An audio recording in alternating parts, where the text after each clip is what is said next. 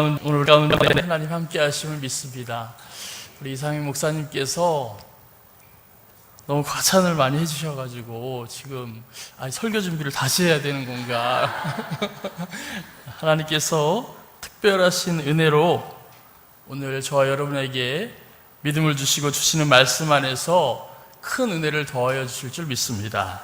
말씀을 통해 치유와 회복, 결단과 헌신의 역사가 오늘 우리 가운데 충만하시기를 주의 이름으로 간절히 축원합니다.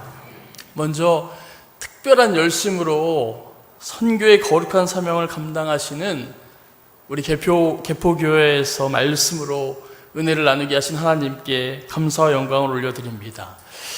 저도 평소에 우리 이상희 목사님 너무나 흠모하고 있었는데요.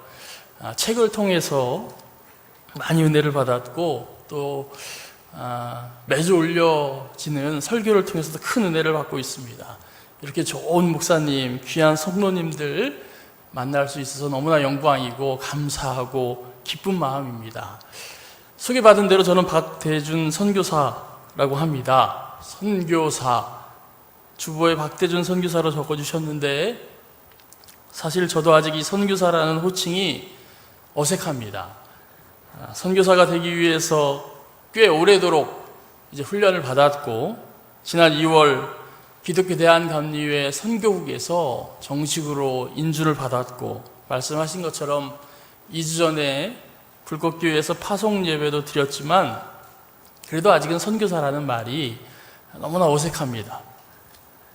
1993년부터 이제 신학생으로 전도사로 이제 시골 담임 목사로 부목사로 사역을 해와서 25년 동안 쉬지 않고 주의 사명을 감당했는데 선교사라고 불린 적은 단 한 번도 없었습니다.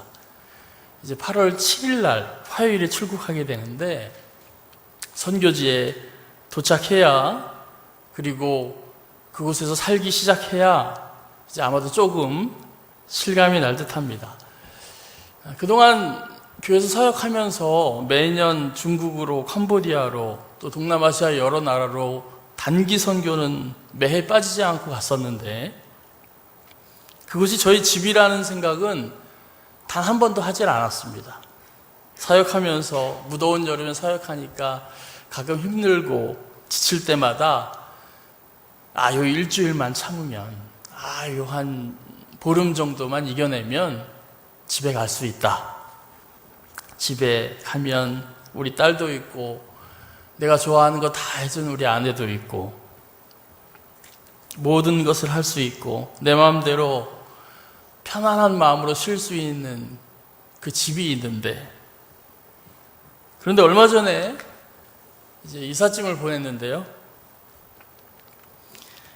임태일 선교사님께서 주신 그 주소로 이삿짐을 보내긴 보냈는데 사실 아직까지 제가 어떤 집에서 살게 될지 보지도 못했고 듣지도 못했습니다. 정확히 어디에서 살지 정해지지 않았는데 다만 듣기로는 호피 인디언 교인 중에 한 분이 소유하고 있는 집이라는 말씀만 들었는데 그곳이 어떤 집인지 알아야 가구를 보내고 침대는 필요한가, 아니면 다른 집에 관련돼서 무엇이 필요한가 이 생각을 하게 되는데, 짐은 싸놨는데 이 짐이 그곳에 필요한가? 저도 그렇게 막막했는데 이제 살림을 했던 아내는 얼마나 막막했을까, 그 심정이 어땠을까 좀 미안한 마음이 들었습니다. 아내는 항상 저에게 말하곤 했었는데요. 내 인생은 내가 계획할 수가 전혀 없다.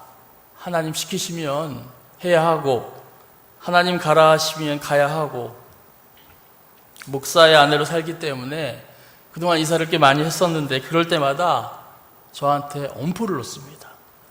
이제 정말 이사는 마지막이다. 그렇게 으름장을 놓지만 어느새 다시 이삿짐 포장해서 이번에는 한 번도 본 적이 없는, 알 수도 없는 집으로 짐을 보내놓고 이렇게 출국 날만을 기다리고 있습니다. 미국 비자가 나오자마자 이제 항공권을 예약을 했는데 출발지는 이제 인천공항을 클릭하고 예약을 하면서 도착지는 이제 애리조나로 넘어가려면 라스베가스가 편하다고 말씀을 하시고 선교사님이 저를 이제 데리러 나오시는 그곳도 라스베가스가 편하다 말씀하셔서 도착지 라스베가스 클릭을 했는데 돌아오는 일정을 이제 예매하라는 그 홈페이지가 떴는데 나는 돌아오는 날은 정해져 있지 않은데 여러분 국제선 예매하시면서 편도 끊어보신 적 있습니까? 제가 이번에 처음 편도를 끊어봤는데 마음이 내가 이번에 출발하면 돌아오는 날은 정해져 있지 않구나 라는 생각을 하게 되니까 마음이 좀 그랬습니다. 이제 제 딸아이가 중학교 1학년 본격적인 사춘기가 시작됐는데요. 그래서 오늘 안 데리고 왔는데 돌발 행동을 할까봐 물론 착하고 귀여운 딸아이인데 중학교까지는 의무교육이라 학교에 몇 번을 제가 불려갔는지 모릅니다. 그러면서 얘가 정말 한국 학교를 그만두기를 원하시느냐 서류가 많더라고요. 그 서류에 다 사인을 하면서 마지막으로 이제 자퇴서라고 명하지는 않았지만 자퇴서 같은 그 서류에 사인을 하니까 나는 한국에서 중학교, 고등학교 결석 한 번, 지각 한 번 안 했는데 우리 딸은 자퇴생이 됐구나. 아내가 어떻게 찾았는지 이제 호피 인디언 마을 그 아이들이 다니는 제 딸아이가 갈 학교 홈페이지를 찾아가지고 학교에 대한 정보를 이제 찾아서 그 학교에 대해서 좀 알아보는데 저를 툭툭 치더니 이거 보세요 목사님, 여기는 호피 인디언 아이들이 98.7%네요. 나머지 1.3%는 어떤 아이들이 있을까? 아마 임태일 선교사님 자녀들이 아닐까? 에이시아는 가게 되면 임태일 선교사님 둘째 아들과 우리 딸 2명이 될 수도 있겠구나. 제가 유학할 기회가 있어가지고 워싱턴 DC에 있는 웨슬리 신학교에서 유학을 했는데 그때 제 딸아이가 킨더였었는데 이제 6살이었었는데 학교를 보내놨는데 그때 제가 너무나 정신이 없어가지고 제 딸아이에게 그냥 학교만 보냈지, 학교 보내면 학교에서 다 알아서 해주겠지, 그런 마음으로 학교를 보냈거든요. 근데 나중에 들은 소식이 얘가 6개월 동안 학교에서 화장실을 못 갔다는 거예요. 제가 이 못난 아빠가 화장실을 가려면 어떻게 해야 하는지 저도 몰랐고 그거를 가르쳐주지 않으니까 얘가 이제 화장실을 못 가서 6개월 동안 학교에서 누구한테 말도 못하고 말을 못하니까. 그리고 어느 날은 저는 학교를 보낼 때는 제가 보내고 찾을 때는 아내가 찾았는데 그날따라 아내가 일이 있어서 제가 딸아이를 찾으러 갔는데 멀리서 이렇게 일찍 도착해서 학교에서 뭘 하나 이렇게 담 넘어서 이렇게 보니까 아이들이 선생님의 신호에 맞춰서 달리기를 게임을 하고 있었는데 저희 딸아이 있는 편, 다른 편 여기 준비 땅 해서 막 달리기를 하다가 선생님이 사인을 보내면, 신호를 보내면 그 신호를 듣고 이제 그 아이가 돌아오는 것이 이제 경기였었는데 멀리서 이렇게 지켜보고 있는데 우리 딸이 이제 달리기를 잘하거든요.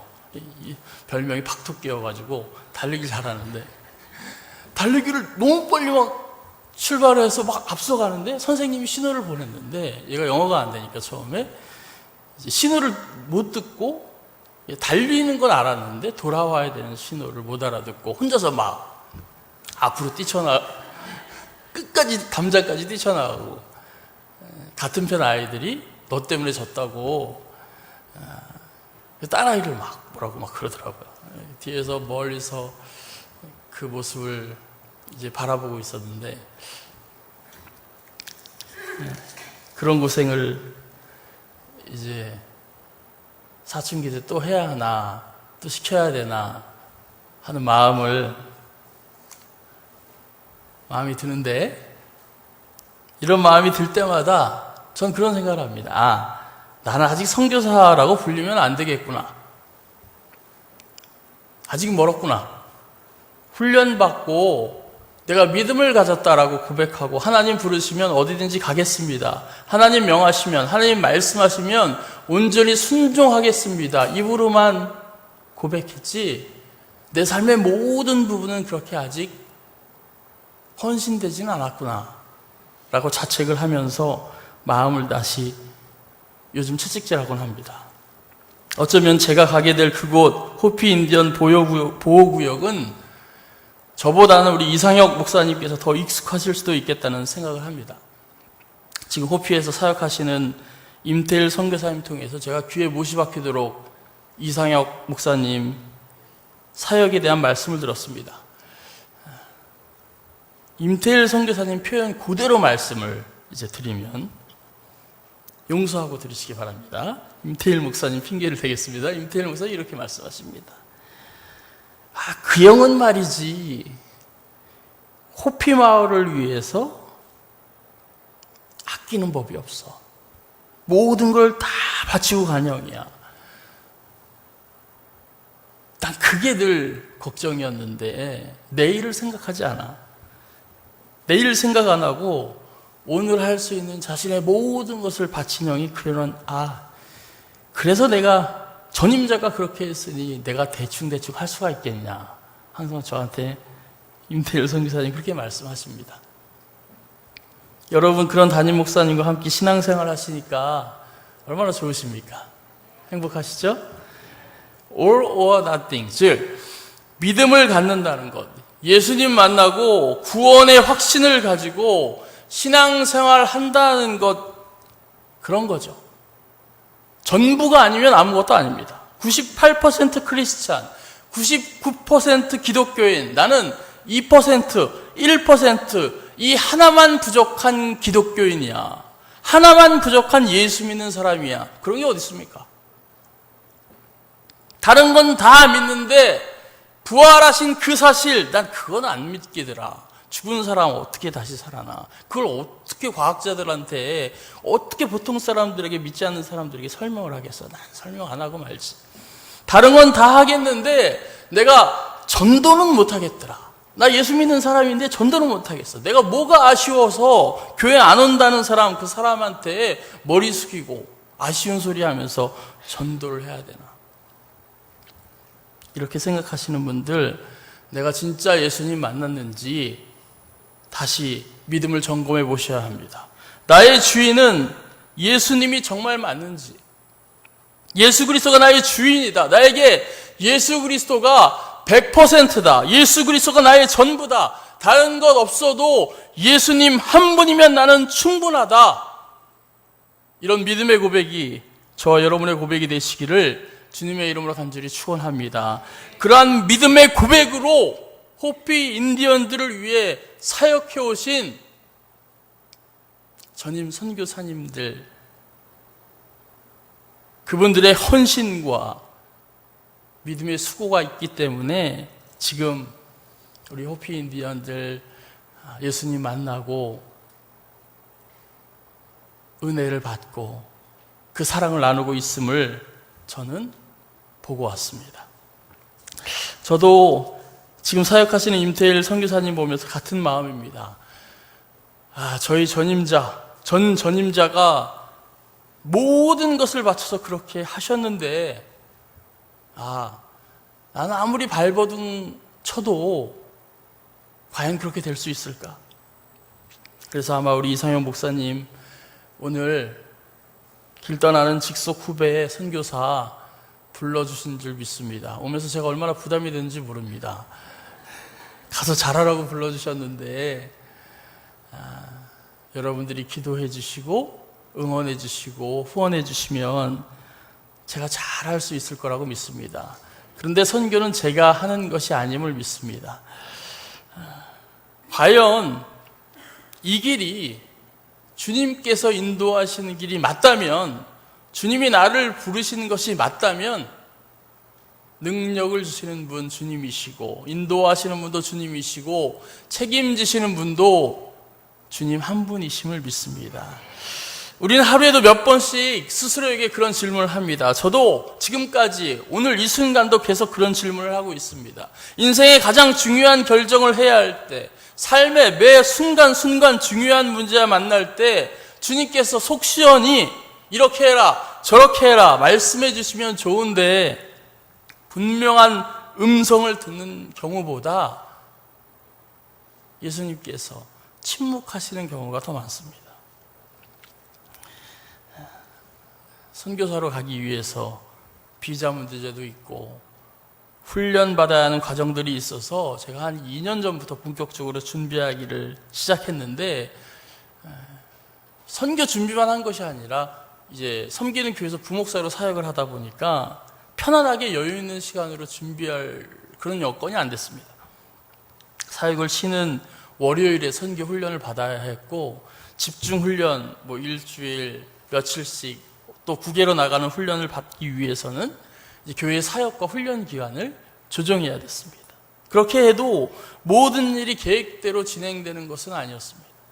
워낙 절차가 까다롭고 복잡한 요즘 같은 시대에 미국 비자를 받는다는 게 저는 하나님께서 인도하시니까 아무 걱정 없이 맡기고 진행하고 그동안 준비해 왔는데, 다른 사람들이 저에게 하시는 말씀이 아니 그걸 무슨 배짱으로 그렇게 시작했냐고 말씀을 하시더라고요. 이거 하나 해결되면 이런 기도의 제목을 주시고, 저거 하나 풀리면 저런 기도의 제목을 또 주시고, 하나님께서 기도를 쉬지 않도록 훈련하셨습니다. 그러면서 제 마음 가운데 계속해서 드는 질문 한 가지, 제가 가야 하는 곳이 정말 그곳이 맞습니까? 왜 저입니까? 하는 물음이었습니다. 여러분, 하나님의 음성을 어떻게 들으십니까? 여러분들이 지금 가시는 그 길이 주님께서 인도하시는 그 길이 맞는지 어떻게 알고 계십니까? 오늘 본문의 말씀, 우리가 마태복음 10장 말씀을 받았는데, 오늘 주신 말씀은 예수님께서 제자들을 파송하시는 말씀입니다. 예수님 제자 12를 내보내시고 명하시는데, 이방인의 길로도 가지 말고 사마리아인의 고을에도 들어가지 말고 오히려 이스라엘 집에 잃어버린 양에게 가라고 하십니다. 저는 궁금했습니다. 제자들은 어떤 사람들이기에 예수님께서 택하셨을까? 예수님 지금 제자들을 보내고 계시는데 이스라엘 집에 잃어버린 양들이 있는 곳, 그곳은 과연 어떤 곳인가? 예수님 말씀하셨을 때 제자들은 어떠한 마음으로, 어떠한 믿음과 확신을 가지고 그곳으로 가게 되었는가? 똑같은 질문을 저에게 던져보았습니다. 나는 어떤 사람이기에 예수님께서 택하셨는가? 예수님, 내게 호피 인디언을 향해 애리조나 인디언 보호구역으로 가라고 하시는데 그곳은 과연 어떤 곳인가? 나에게는 정말 지금 그곳이 주님께서 부르신 곳이라는 믿음과 확신이 있는가? 예수님과 제자들 사이의 관계를 통해서 저는 그 질문을 해결하고 싶었습니다. 그 질문, 문제만 해결하면 내가 너를 이렇기 때문에 택했고 이곳은 이렇기 때문에 내가 그곳에 필요하고 내가 보내는 것이니 내가 함께하니까 믿음과 확신을 가지고 염려하거나 두려워하지 말아라, 이런 말씀만 분명하게 저에게 주신다면 딸 걱정 안 하고 이삿짐 걱정 안 하고 저희 아내가 뭐라 하든 담대하게 주님, 제가 여기 있습니다. 나를 사용하여 주옵소서. 부르심에 기쁜 마음으로 응답하겠습니다. 그런 마음을 계속 질문을 던졌습니다. 그러면서 마태복음 예수님께서 제자들을 부르시는 장면, 예수님과 제자들과의 어떤 관계, 어떤 믿음의 관계들이 형성되었는가 말씀을 통해 확인하였습니다.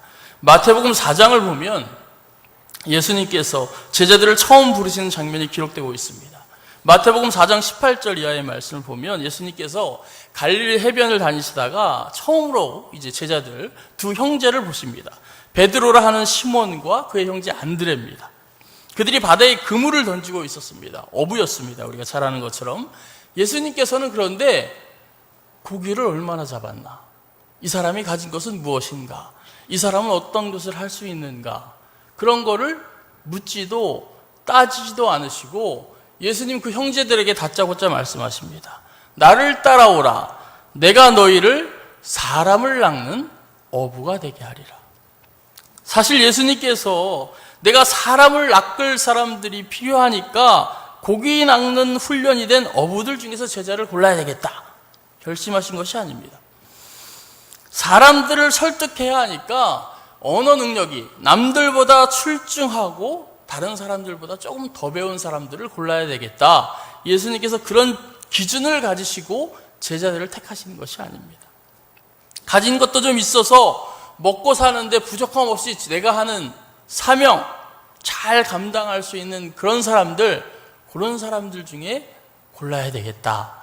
예수님께서 고르신 것이 아닙니다. 제가 무엇을 해서, 제가 어떤 능력이 있어서, 제가 무언가를 할 수 있어서 예수님께서 저를 부르셨다라는 것이 아니구나. 저와 여러분을 부르신 것, 여러분이 무언가를 할 수 있어서, 여러분이 어떻게 생겨서, 어떤 자격이 있어서, 어떤 능력이 있어서 예수님께서 여러분들을 부르시는 것이 아니라라는 말씀입니다. 예수님께서는 베드로와 안드레를 보시고 부르셨습니다. 그런데 그 말씀을 들은 제자들의 모습을 보면 어떤 사람들이 예수님의 제자들이 되는가 알 수 있습니다. 예수님의 제자가 되기 위해서는 어떻게 해야 하는가? 마태복음 4장 20절 말씀 보면 그들이 예수님의 말씀을 들은 그 두 형제가 곧 그물을 버려두고 예수를 따르니라 라고 전하고 있습니다. 그물을 버릴 수 있는 사람, 순종하는 사람이 예수님의 제자, 예수님께서 인도하시는 길을 가게 됩니다. 해답은 내가 가지고 있는 것입니다. 즉, 주님, 응답해 주세요. 주님은 이미 말씀하셨습니다. 내가 주의 말씀에 순종하느냐, 그렇지 않느냐, 내가 예수님의 제자가 되느냐, 그렇지 않느냐. 그물을 버릴 수 있는 사람을 예수님은 쓰십니다. 내가 온전히 예수님의 제자가 되지 못하는 것은 내가 갖고 있던 나의 그물을 버리지 못하기 때문입니다. 내가 무언가를 쥐고 있으면 예수님께서 새로 주시는 것을 잡을 수가 없습니다. 예수님 순종하는 사람들을 찾으시고 사용하십니다. 다른 제자들도 볼까요? 그 다음에 베드로와 안드레 부르시고 거기서 더 가시다가 다른 두 형제 세베대의 아들 야고보와 그의 형제 요한을 보십니다. 그 형제 아버지 세베대와 함께 배에서 그물을 깁고 있습니다. 예수님 그들도 부르십니다. 그 형제들의 반응, 마태복음 4장 22절 말씀을 보면 그들이 곧 배와 아버지를 버려두고 예수를 따르니라 라고 전하고 있습니다. 그들이 버려두고 간 것은 배, 어부에게 배란 무엇입니까? 자신이 살아갈 수 있는 가장 중요한 수단, 자신이 가지고 있는 모든 것입니다. 아버지, 자신이 가장 소중한 마지막에 의지할 수 있는 그런 존재, 배와 아버지를 버려두고 예수님을 따라 나섰다라는 것은 이제 나의 모든 것은 예수님이십니다. 나는 예수님 한 분만으로 충분합니다. 나는 다른 것 의지하지 않고 예수님만 의지하겠습니다. 이렇게 고백하며 순종하는 사람들, 그런 사람들이 예수님의 제자가 됩니다. 세상에 복음을 들은 사람들 많습니다. 예수님 만난 사람들 적지 않습니다. 그런데 세상에 예수님의 제자들이 그렇게 많이 있을까요?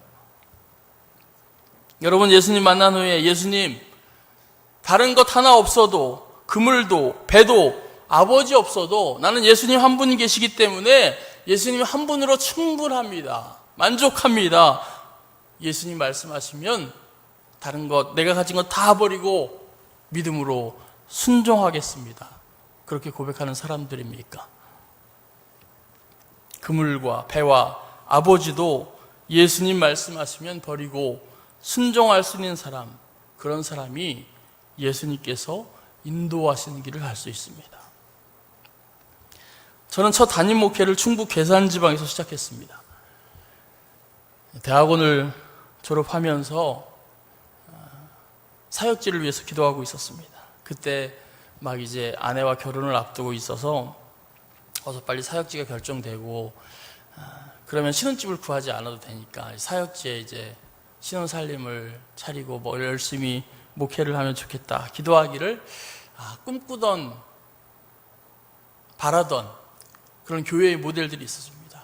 이런 교회, 이런 성도들이 있으면 좋겠다. 그러면 내가 재미있게 행복하게 주님 주시는 사명을 감당할 수 있을 텐데, 그런 구체적인 기도 제목을 놓고 기도하고 있었습니다. 그런데 대학원 졸업하고 이제 그 다음 해 2월 달에 졸업을 했으니까 3월 달이 되고 이제 결혼 날짜는 받아놨는데, 결혼 시기가 다가옴에도 불구하고 사역지가 결정되지 않았습니다. 마침 제가 전도사로 섬기던 교회에서 수련 목회자로 사역하기를 원하셔서 네 알겠습니다 목사님 순종하면서 수련 목회자로 이제 사역을 하기로 하고, 신혼집을 교회 근처에 이제 빌라의 조그만 집이지만 저랑 아내는 처음으로 이제 부모님 곁을 떠나는 것이었기 때문에 저희 아내가 얼마나 그렇게 신혼집을 예쁘게 꾸몄는지 몰라요. 장모님이랑 한 보름을 그냥 청소를 매일 오셔가지고 청소를 하시고, 여기에 맞는 이 방에 맞는 침대, 이 방에 맞는 식탁, 모든 이 디자인과 실용성 다 고려해서 여기저기를 다 다니면서 준비한 신혼집.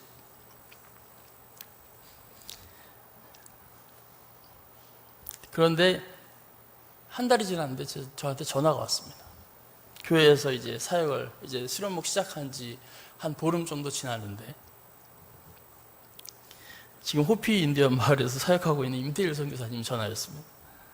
이것저것 따지지도 않고 그냥 다짜고짜 저희 물으셨습니다. 대준아, 너 어디든 갈 수 있겠냐? 그 즈음 모든 걸 다 내려놓고 저에게 한 가지 기도 제목이 있었는데, 주님이 부르시는 곳에 묻지도 따지지도 않고 가겠습니다. 처음 말씀하시는 곳에 제가 순종하며 가겠습니다. 어디든 가겠습니다. 불 속이라도 주님이 보내시면 믿음 가지고 가겠습니다. 그런 기도를 하자마자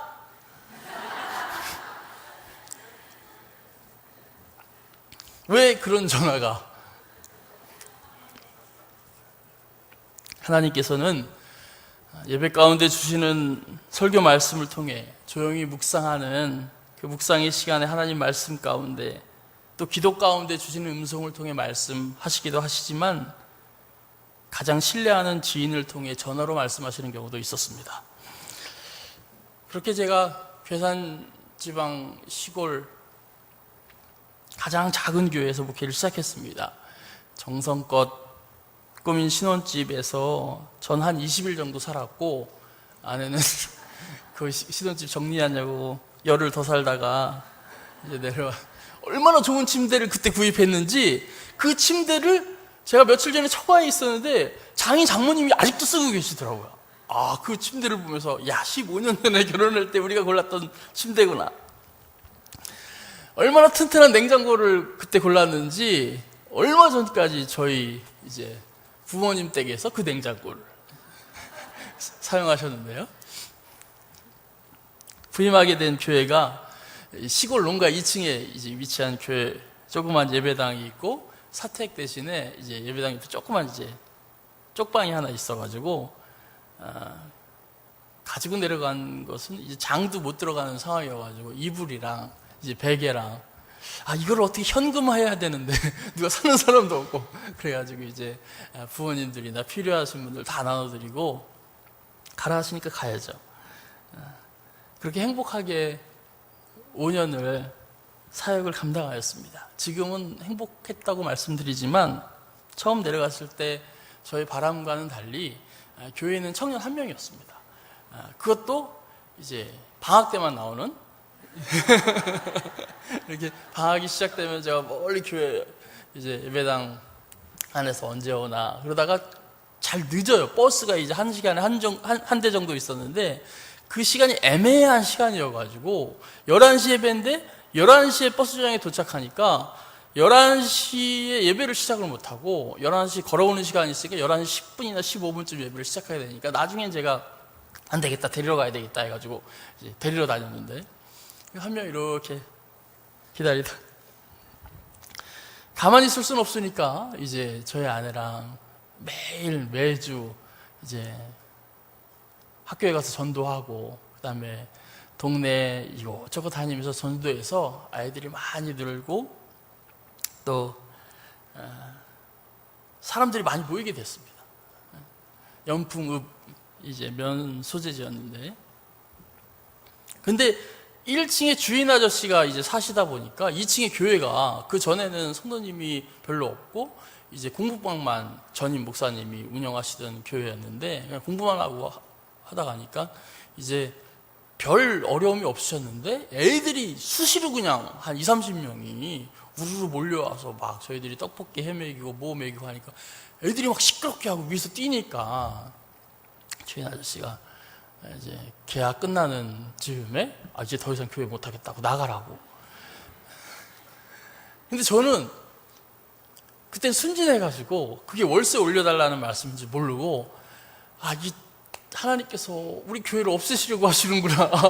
내가 첫 목회지에 교회가 없어지다니 이거 어떡하나 하면서 얼마나 그냥 애통해하는 마음으로 이제 어떻게 해야 하나.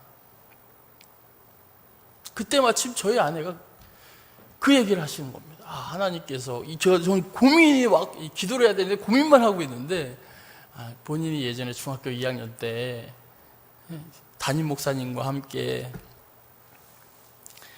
말씀을 뽑은 게 있는데 그 말씀이 성전 건축에 관한 말씀이었다.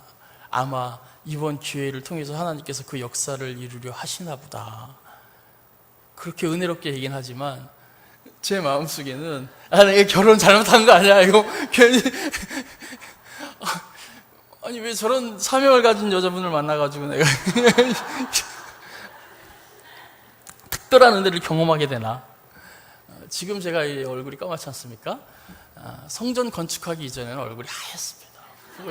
후회했고 그 성전 건축하는 그 1년 동안 이제 다크서클이 쭉 내려오기 시작하면서 이제 다크서클이 심하게 되면 얼굴 전체를 다크서클이 덮을 수 있겠구나 라는 걸 제가 그때 경험하게 됐는데요.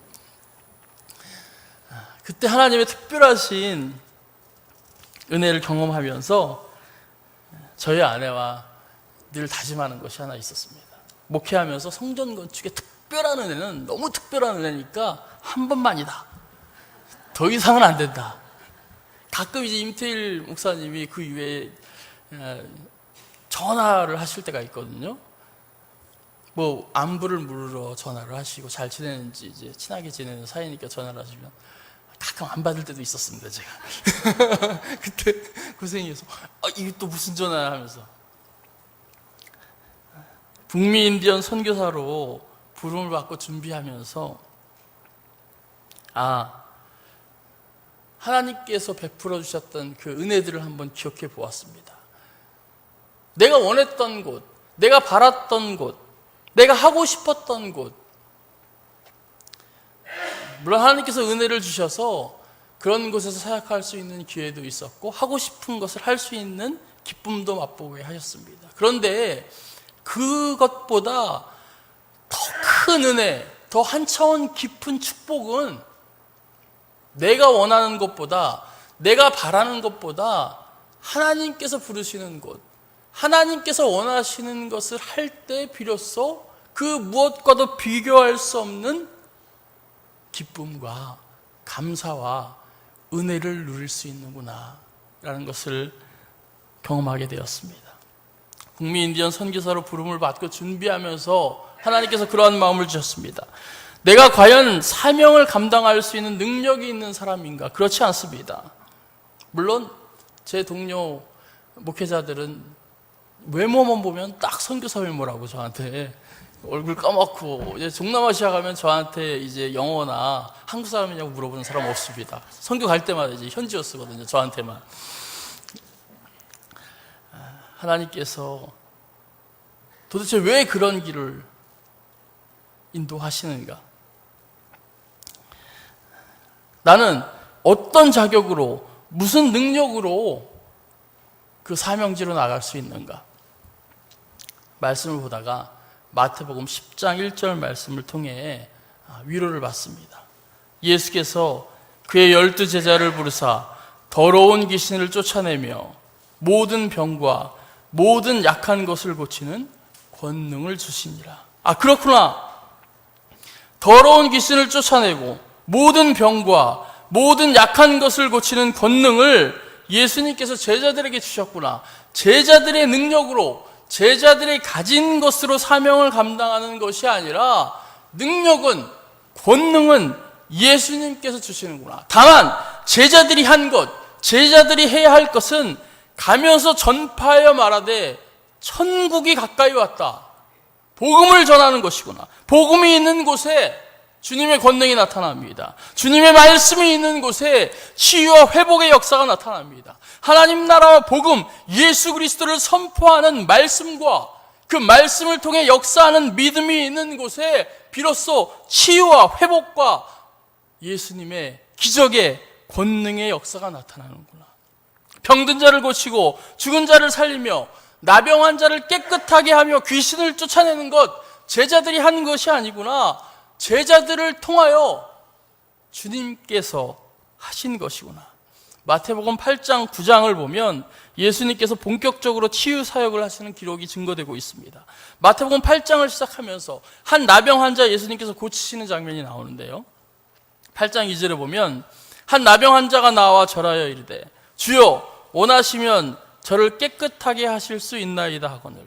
나병 환자가 예수님께 한 말을 다시 볼 필요가 있습니다. 주여 원하시면 저를 깨끗하게 하실 수 있나이다. 주여 저를 깨끗하게 해 주실 수 있습니까? 저를 고치실 수 있나요? 저를 고쳐 주십시오가 아닙니다. 의문이나 청원이 아니라 믿음과 확신을 가지고 주님께 매달리고 있습니다. 예수님 말씀하십니다. 내가 원하노니 깨끗함을 받으라. 나병 환자가 깨끗해집니다. 예수님 나병 환자에게 말씀하십니다. 삼가 아무에게도 이르지 말고 다만 가서 제사장에게 내 몸을 보이고 모세가 명한 예물을 드려 그들에게 입증하라. 믿음이 없는 사람들은 알지 못하는 이 놀라운 기적을 너는 가서 제사장에 보이고 예물로서 믿음을 확증하라. 그 말씀입니다. 마태복음 8장 5절 이하에서는 백부장의 하인을 치유하시는 말씀이 기록되고 있습니다. 백부장이 묻습니다. 주여 내 하인이 중풍병으로 집에 누워 몹시 괴로워하나이다. 예수님 내가 가서 고쳐주리라. 백부장 말합니다. 주여 내 집에 들어오심을 나는 감당하지 못하겠사오니 다만 말씀으로만 하옵소서. 그러면 내 하인이 낫겠사옵나이다. 예수님 말씀하십니다. 내가 진실로 너에게 이르노니 이스라엘 중 아무에게도 이만한 믿음을 보지 못하였노라. 가라 내 믿은 대로 될지어다. 말씀이 있는 곳에 믿음이 있습니다. 믿음이 있는 곳에 능력이 있습니다. 능력은 주님께서 주시는 것입니다. 저는 지난 11월 저희 가족 이제 가게 될 애리조나 호피 레저베이션 그 호피 마을 아내와 딸과 함께 처음으로 방문하였습니다. 가기 며칠 전에 임태일 목사님이 또 전화를 하셔가지고 주일 설교를 하라고 부탁을 하셨습니다. 물론 제가 2010년도부터 13년까지 이제 워싱턴 DC에 위치한 웨슬리 티올로지컬 세미너리에서 MDB 석사 과정을 공부하게 됐지만 시간이 많이 그때는 수업 시간에 이제 영어 설교 준비하고 섬기던 그때 미국 교회에서 몇 번의 기회가 있어서 설교를 해보긴 해봤지만 이제 귀국하고 5년 동안 부목사로 사역하면서 영어를 제가 의식적으로 한 번도 사용을 안 했거든요. 다시는 내가 미국에 안 가리라. 그때 고생을 많이 해가지고 다시는 내가 공부 안 하리라. 그때 막 이제 박사과정을 할 건지 아니면 이제 목회를 할 건지 고민이 많았었거든요. 그래서 아니 다시는 내가 영어 안 하고 다시는 내가 거기서 알게 모르게 또 차별도 많이 겪고 그럽니다. 그래서 영어 못하면서 겪은 서름 내가 다시는 영어를 아예 그냥 5년 동안 딱 손 띄고. 근데 갑자기 설교를 제가 마지막으로 확인하는 질문을 했거든요. 한국말로 해요? 영어로 해요? 야, 여기 한국 사람 나밖에 없는데 나만 설교 듣냐? 목사님. 저는 그때 그런 마음이었습니다. 아이고, 뭐 못한다고 하시면, 오지 말라 하시면, 안 된다고 하시면 할 수 없지, 뭐 하나님 뜻이 아닌가 보다. 왜냐면 제가 영어 할 때마다 저희 딸아이가 항상 비웃어가지고 처음에는 이렇게 몇 번 지적을 해주다가 그 다음부터는 포기하고 막 이렇게 하면서 자기 있을 땐 영어 하지 말라고 나중에 요즘 그렇게 얘기해서 제가 이제 자존감이 낮아져가지고 이제 영어 원고를 이제 혼자 이렇게 작성을 하고, 심지어는 이제 보통 이제 공부할 때는 영어가 완벽하지 않으니까 그래도 좋은 점수는 받아야 되겠으니까 미국 이제 같이 공부하는 친구들한테 프루프리딩을 이제 먼저 한번 읽어보라고 하고서는, 이제 한국 사람들만 쓰는 영어는 미국 사람이 잘 못 알아들으니까 이게 자연스러운가 그걸 고쳐주거든요. 단어나 문맥을 고쳐주는데 이번에 그것도 안 했습니다. 그냥 혼자서 그냥 주시는 말씀대로 영어 설교를, 못 알아들으면 뭐 할 수 없지 뭐. 그리고 그 현지 선교지를 보여주면서 은근 제 마음으로는 이 사춘기 딸아이가 격하게 반대를 했으면 좋겠다라는 마음도 속으로, 왜냐면 제가 핑계를 대는 게 아니라 제 딸아이가 핑계를 대는 거니까 어쩔 수 없지 뭐. 하나님께서 딸도 잘 키우라고 주신 딸인데 따님 말씀에 순종하는 것도 주의 사명 중에 하나인데 막 속으로 그런 마음, 그러니 오만 가지 이상한 생각을 막 하면서, 아내가 또 아주 깔끔한 여자분이시거든요, 저희 아내가. 그래서 청소를 하루에도 몇 번씩 하는 줄 몰라요. 근데 그런데 가면 이제 광야니까 사막이거든요. 먼지가 많으니까 이런데 못 오겠다고 하면 그래요 하고 받아들여야 되겠다, 전 속으로 그렇게 마음을. 또 저희 아내가 예전에 시골에서 목회를 할 때 동네 개한테 물려가지고 저희 가족이 개를 좀 무서워합니다. 선교지에 도착하자마자 개떼들이 그것도 막 송아지만한 개떼들이 10마리가 우르르 달려드는데 특이하게 동양인들한테는 짖지도 않아요. 이상하더라고요. 그래서 임태일 선교사님은 본인이 다 훈련시켜놔서 그렇다고 그러는데 진실인지 거짓인지 모르겠고, 막 개떼 10마리가 막 좋다고 달려드는데 우리는 무서워가지고 이제 여러 가지 핑계거리가 있구나. 내가 이제 이곳을 못 갈 핑계거리가 여러 가지가 생겼다.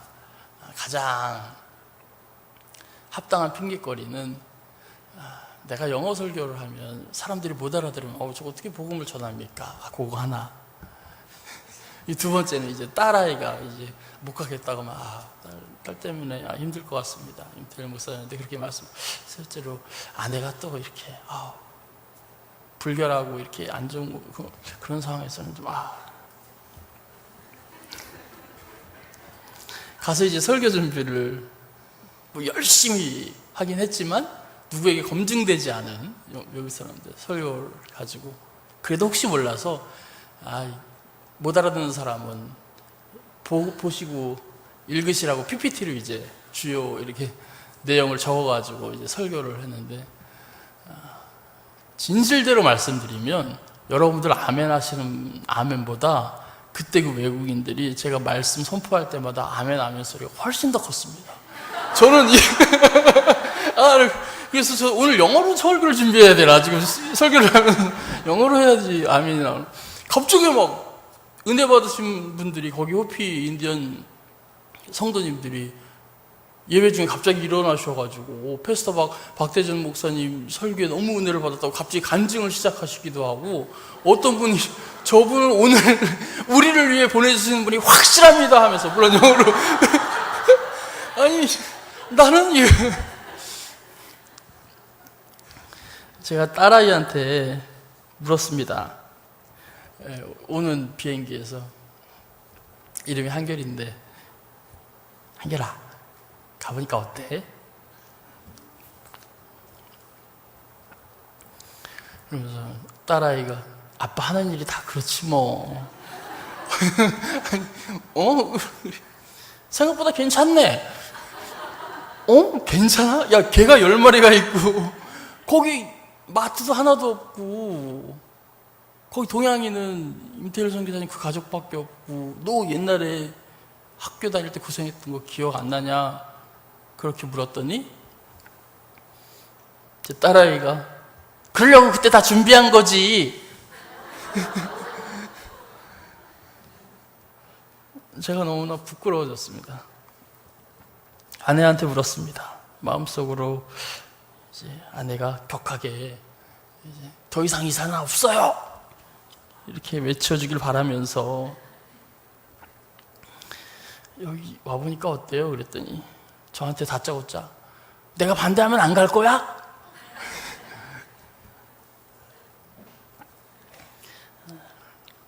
저는 개인적으로 하나님께서 주시는 음성을 분명하게 그 현장에서 듣고 왔습니다. 어떤 음성이었냐면, 처음에 도착하자마자 임태일 목사님께서 고 장두원 선교사님 묘지가 있거든요. 그 이제 묘지에 저희 가족을 이렇게 데리고 가셔서 어떻게 사역을 하셨고, 여러분 아시는 분 아시겠지만 자동차 사고로 하나님 나라에 가셨거든요. 그런데 이 재생 타이어 이제 조금이라도 선교비 받는 거를 아껴서 인디언들 위해서 베푸시고자 아껴서 이제 재생 타이어 같은 거 쓰시다가, 거기는 이제 기온도 높고 먼 길을 장거리 운행을 해야 하는 그 상황에서 이제 그 타이어 때문에 사고 나셔서 하나님 나라 가신, 그리고 어떤 사역을 하셨는지, 그 사건이 그 호피 인디언들에게 어떠한 계기를 마련해 주었는지, 그러한 설명들을 다 이제 듣고 그 묘지 앞에서 기도를 하는데, 하나님께서 저한테 그런 마음을 주셨습니다.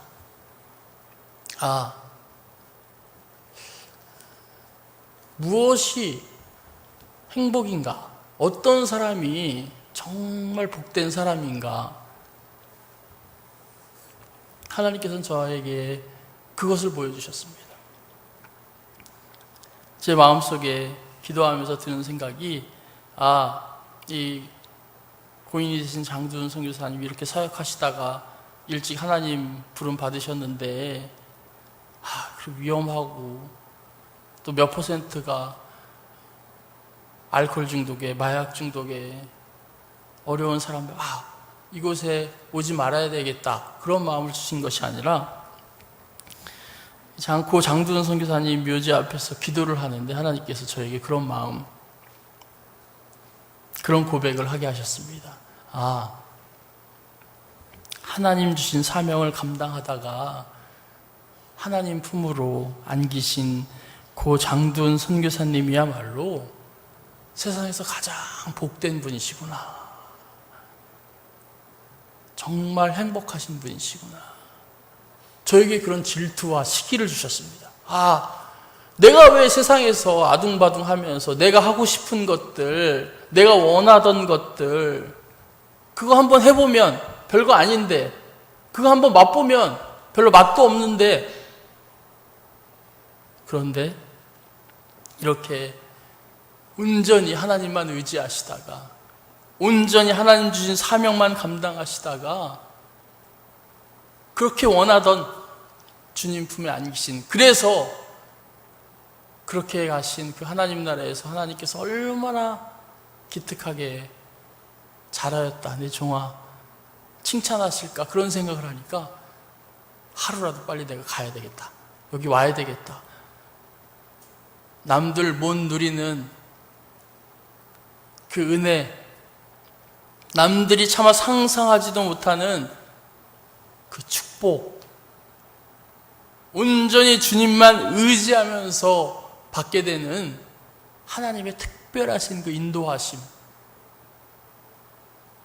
나도 빨리 누리고 싶다. 나도 빨리 받고 싶다.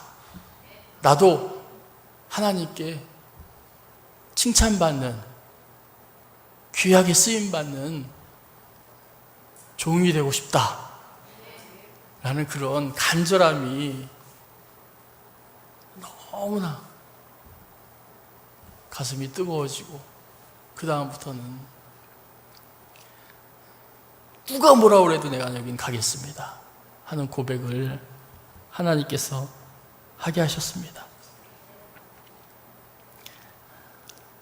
선교의 길은 좁은 길이고 험한 십자가의 길, 어렵게 올라야 하는 여정이지만,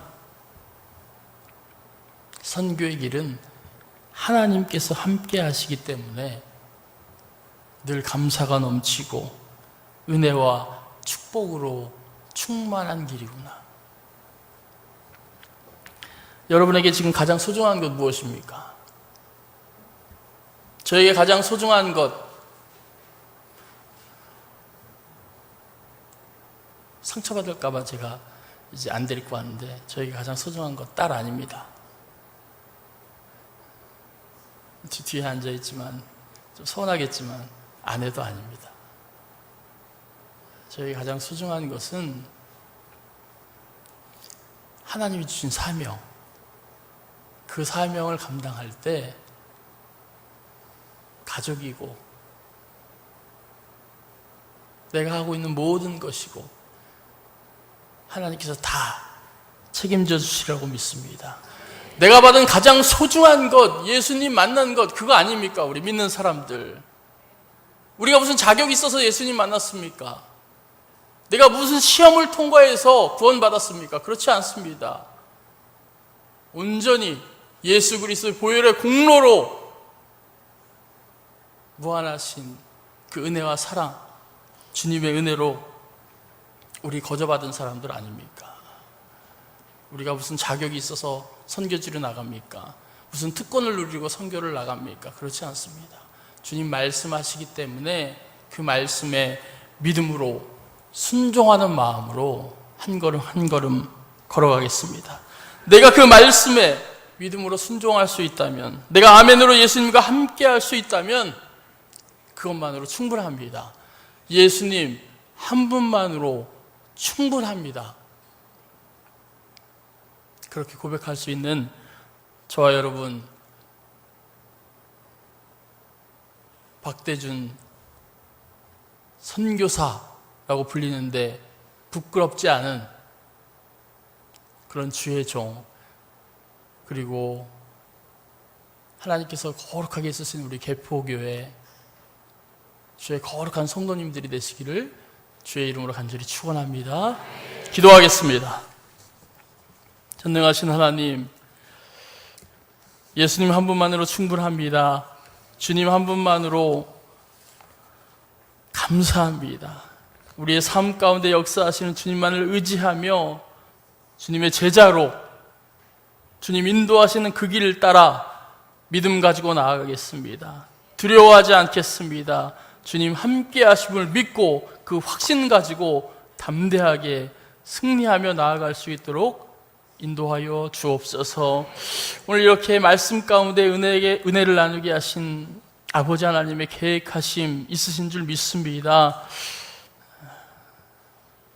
떠나는 선교사를 위해서 기도하는 우리 개포교회 하나님 특별하신 은혜로 채워주시고, 섬기시는 우리 이상혁 담임 목사님 하나님께서 지혜와 영으로 함께 하시고, 이 재단을 위해서 하나님 계획하신 것들 풍성하게 귀한 열매로 이루실 줄 믿습니다. 주여 역사하여 주옵소서. 감사드리며 예수 그리스도의 이름 받들어 간절히 기도하옵나이다. 아멘.